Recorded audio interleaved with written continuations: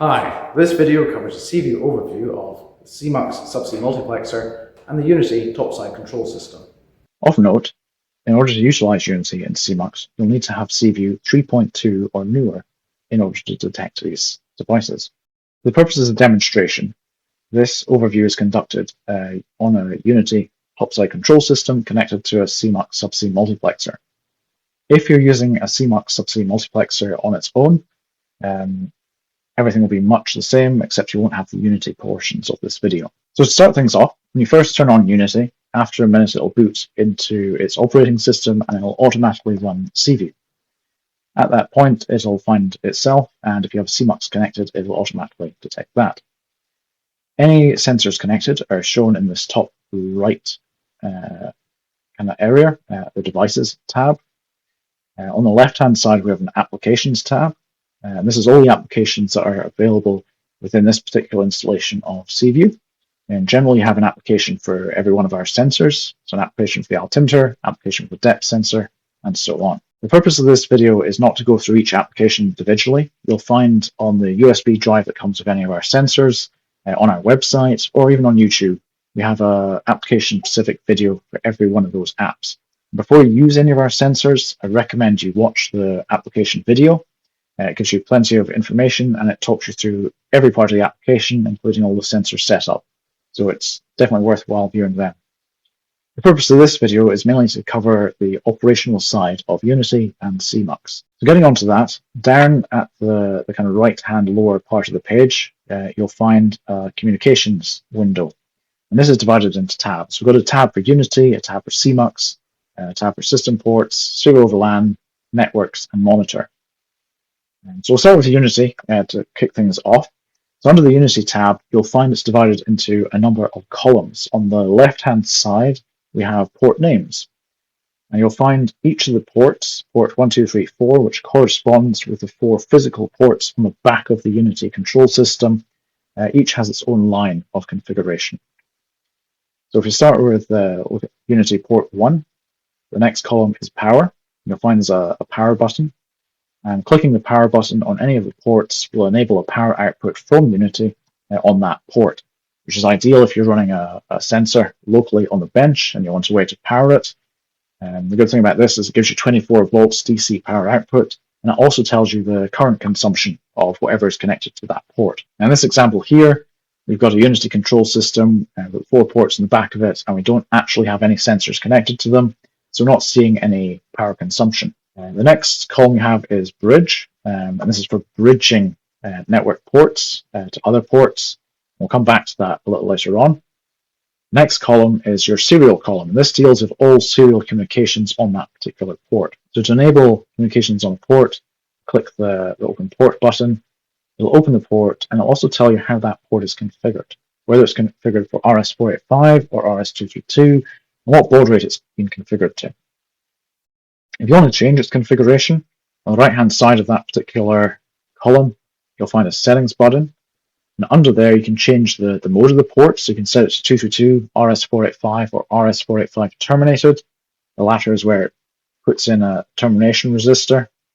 And you can also set the baud rate of the port and the priority stop bits and word length. And clicking apply will update that port settings. You can see it updated there in the green text. Up at the top, there's a universal search parameter for serial devices. Clicking that will search every port for whatever devices are connected to them. Under each of the ports, you can also do an individual configuration of the port. So you can tell it exactly what it is you want to look for. And you can do an individual discover on each of the ports if you don't want to do a global discovery. So clicking on that, we can tell it which baud rates you want to search for, whether it's one particular baud rate or all of them. You can set the timeout. And the timeout is purely how long it waits for a response. So when it searches that port for an impact subsea sensor, it'll wait a certain amount of time to get a response from that sensor. 250 milliseconds is usually okay. But if you're running a particularly complex system, maybe you're running from the sensor to the top side, you're running it through several converters, different physical media, and there might be a few things that introduce latency into your communications. In which case, upping that timeout to 500 milliseconds, or even up to 10 seconds if you need a really long timeout, will let you search for and find the sensors. You can then set up what the port search is actually looking for, whether it's looking for impact subsea sensors, or whether it's looking for NEMA devices. Examples of NEMA devices it might be looking for is like sort of a GPS input. For now, we'll just assume we're looking for sensors. So if you're looking for an impact subsea sensor, you can tell it the particular type of sensor you're looking for, or you can leave it set to any. You can also tell it the serial number of the sensor that you're looking for, or you can just leave that blank.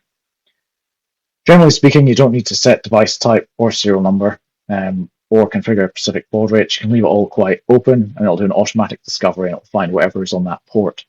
The only time you might want to put serial numbers in is if you're doing RS485 multi-drop, and you've got multiple sensors all connected over the same RS485 bus. They're all connected to the same physical screen-twisted pair. In that case, you need to tell seaView each device that's connected to it. So if you have 3 altimeters, for example, and one 485 bus, you put in the serial number of the first altimeter, click discover, then put in the serial number of the second altimeter, click discover, and then the third altimeter, click discover. And that will allow the 3 altimeters to be discovered one at a time. Once seaView knows that they are on that 485 bus, it'll automatically hold them there, and it'll handle the communications over that 485 bus for you. And then at the very end, there's a network side of it as well. So the network side handles anything or connected via Ethernet, essentially. So you've got a serial configuration, looking for serial items on the port, and a network configuration, looking for network items. So that is all your setup for the Unity ports. And if we jump onto the seaMux tab, you'll find it looks very similar. If we go back to Unity 1 again, you'll find the tabs are almost identical. And that's because Unity and seaMux have very similar hardware inside. Both of them have 4 communication ports, and those 4 communication ports can all be powered. They can all be RS-232 comms, they can all be RS-485 comms, and they can all be Ethernet comms. And so in terms of functionality, it's a very similar setup for the subsea side as it is to the top side. So in this particular example, we have seaMux running just now, and we have a number of sensors connected to it. So again, we've got the port names. This time they're called seaMux, port 1234, and that corresponds with the 4 8-pin subcon connectors on seaMux, which also have 1234 written next to them, so you can physically identify the ports quite easily. To turn on power to those ports, we click the power button. That'll enable 24-volt DC output to the sensors, and we can also see that we've got current draw on those 4 ports of varying amounts. That gives a good indication that we've got something connected to that port and it's drawing current. Next we have the bridge function. I'll touch on this briefly just now. So bridging is really useful. Possibly not so much with impact subsea sensors connected, but it is really useful if you've got a third-party serial device connected. So a sensor that's maybe not an impact subsea sensor, but it's outputting serial data, and you want to get that into seaMux, up through the telemetry, into Unity, then you want to get it out of Unity and into a third-party system. In that case, bridging is really useful. So to bridge a port, say we had a third-party sensor connected to seaMux port 2. We go along to bridge, click select bridge, and there we can then bridge it straight across to any of the Unity ports. So in the back of Unity, we've got the 4 ports on the top side. So we could say, for example, everything coming into seaMux port 2, I want it bridged across to Unity port 1. And that's it now bridged. So any serial data coming into seaMux port 2 will be bridged to Unity port 1 and be available directly out of that port for onward passing to a third-party system. Nice and simple. And if you happen to be utilizing seaMux with quite a lot of third-party items, that's how you set up bridging. Just go to the port. So port 4, for example, we could say go bridge that to Unity port 3. And then you've set up that bridging there. If you want to remove it, just click the red X and the bridge is broken and the port can now be reassigned. Of note, the bridging function is only available when you've got seaMux and Unity. If you're running seaMux on its own without Unity topside, the bridging function is not there. So if you're trying to get bridging to work on a standalone PC, you'll find it's not possible. The next column is the serial setup, and again, it is exactly the same as Unity. You can enable the serial ports. You can see how the serial ports are set up. So these are all set up for 232. If we had 485 multi-drop, we simply click on the port you want to change to 485, change it to 485, click apply, and that's it up and running.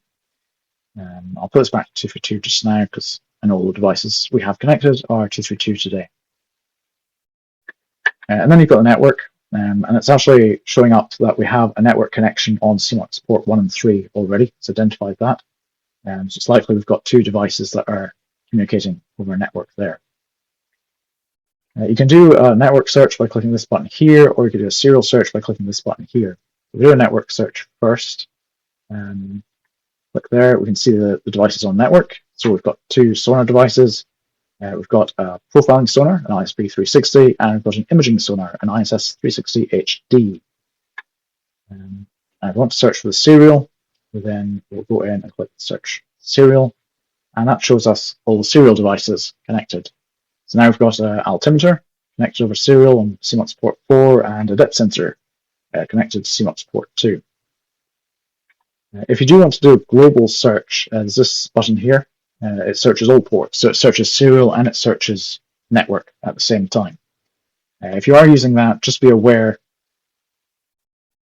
some devices which have Ethernet and serial, such as the sonars, if it picks up on serial first, it'll connect them over serial rather than Ethernet. So sometimes it's better to search for the network first, get your network sensors, and then search for serial. When it comes to the sonars, the profilers and the sonars, ideally you want to be connected over Ethernet, as that will give you the fastest data transfer from those devices. And at this point, we've got basically everything connected. So we've got Unity, it's connected to the seaMux subsea. We've got a profiler, an imaging sonar connected, and an altimeter and a depth sensor. And to use any of these devices, we simply double-click on a device and it will launch that device's application. I can jump back to the devices page, go through all the devices one at a time, get their applications up and running. And now I've got all those applications up and running, and they're up and running in tabs. If I want to put them all together, you can click the tile view, and that just drops all the sensors onto one page. And you can move those sensors around. You can drag and drop things and resize things to your heart's content, really, until you get all the sensors displayed just as you like them for your particular application. Again, this software overview video is not really to go through all of the individual applications. It's really just covering the use of Unity and seaMux and how to get things up and running and how to use these two devices. So going back down to the comms tab, the lower right-hand side, we've gone through the Unity setup, we've gone through the seaMux setup. The next tab you've got is System Ports. So this will show you any items connected to Unity, or if you're running the software on PC, it'll show you anything connected to PC. So if you've got anything like USB to serial converter, it'll show up in here. Next, you've got serial over LAN. So serial over LAN is quite a powerful feature. So we can set up serial data to go over a network. It's very quick and easy to do. You click this button here to add a new port. You set up the IP address for the data, the port number, protocol, and encoding. Click add, and then that port is now set up. It's established, and we can use that port to output data to, or bridge it to any of the Unity or seaMux ports that's now available on the system. Something else we can do is there's a network tab. If you click on the network tab, it'll show you the networks that are physically connected to your computer, or in this case, Unity. And in terms of Unity, we have two networks connected. The lower one, the Unity Sensor Network, that network is all about the sensors that are connected to the seaMux, and then up from the seaMux into the sensor network port on the back of Unity. The second network is the local area network, which has a second physical port on Unity, and that allows connection to any local network you have. So a ship network or a survey network, anywhere you want to get data over, and that's the port to use. The last tab we have is Monitor. Now, Monitor is a really useful feature, particularly if you're routing data around the system and you want to monitor that data and see where it's at. This is particularly useful if you've got third-party devices. So maybe you've got a third-party serial device, it's outputting some ASCII data, you got it into one of the ports in seaMux, and you've routed it to a port on Unity. You can use the Monitor tab to monitor the data coming into the seaMux port, and then you can check it again on the Unity port. So you can see the raw data coming in, you can see the data going out. You can track the data through the whole part of the system.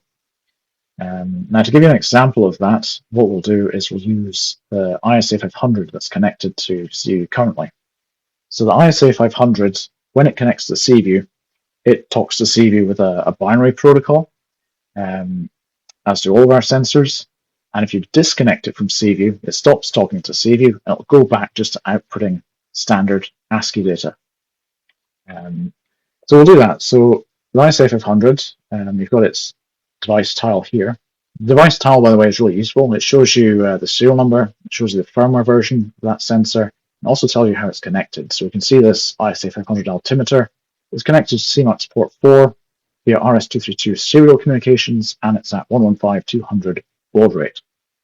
And if we want to disconnect it from seaView, so seaView effectively forgets about it, we just click the delete button. That gets rid of the ISA 500. It's now not talking to seaView. After a few seconds of that, the ISA 500 will stop trying to talk to seaView, and it'll go back to outputting ASCII data. So it's still connected to seaMux port 4. So going to seaMux port 4, you can see it's still powered, it's drawing currents, the altimeter's there, it's just not talking to seaView. So now if we go into monitor, and you can select any port on the system. So you can select any of the seaMux ports, you can select any of the Unity ports, even the serial over LAN port we've created, we can select that to see what we're putting out that port there. But if we go to seaMux port 4, let's do that, let's go monitor it. So there we go. You can see the ASCII data coming out from that ISA 500. You can see the burst of data coming through from it. Pause that. Now what we could do here is we've got that data coming into seaMux port 4. So what we could actually do is go seaMux port 4. Let's go route that somewhere. Let's go put that onto Unity port 1. So that's now bridged. So all that ASCII data coming from the altimeter connected to seaMux port 4 is now bridged to Unity port 1. So if we go back into monitor, this time, well, we can play it again. You can see the data coming in on seaMux port 4. Yep, it's coming in there. We've bridged it to port 1 on Unity. So go to Unity port 1, play there, and we can see the data going out on Unity port 1 as a transmit. So again, just pause that. Let's go back to seaMux port 4, play. You can see it's all RX data. So seaMux port 4 is receiving that data that's coming into that port. And if we go back to Unity port 1, you can see it's all TX data. So it's all data being transmitted out of Unity port 1. So we can see that the bridge we've set up from seaMux port 4 to Unity port 1 is fully functional. Data's coming in, it's going out as we'd expect. And so it's really useful for just checking on data, making sure it's going where you want it to go, and it's all good. So yeah, that's a complete overview of the seaMux and Unity and how you use them in seaView v3.2 or above. For any of our other sensors, check out our website or our YouTube page.